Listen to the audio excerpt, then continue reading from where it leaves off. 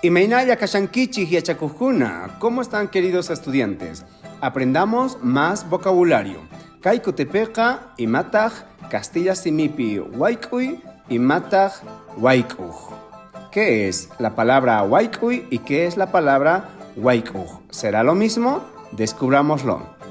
Esta palabra es un verbo, por lo tanto, va a poder conjugar en todos los sujetos, como por ejemplo, ñoka waikuni, kan waikunki, pai waikun, ñokaiku waikuyku, ñokanchik waikunchik, kankuna waikunkichik, paikuna waikunku.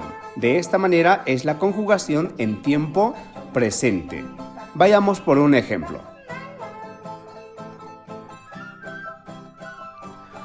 Y el ejemplo dice lo siguiente. Ñoka mondongota waikuni. Ñoka mondongota waikuni. Que significa yo cocino mondongo. Entonces, partiendo de esta estructura, tú puedes construir varias oraciones. Y si tú quieres decir lo que tú cocinas, entonces únicamente habría que cambiar la palabra mondongo por el plato que tú cocinas.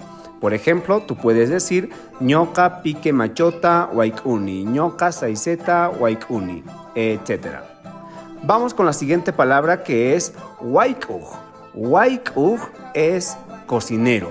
Es la persona encargada de cocinar algo. Vayamos por un ejemplo. Por ejemplo, waikuj mondongota waikun. Waikuj mondongota waikun. Que significa el cocinero cocina mondongo. Espero que ahora esté claro la diferencia entre la palabra waikuy y waikuj. Si hay alguna duda, déjalo en los comentarios que en próximos videos te estaré dando la respuesta. Ajina kaspaja yachakujuna tinkuna kamakachun askamaya.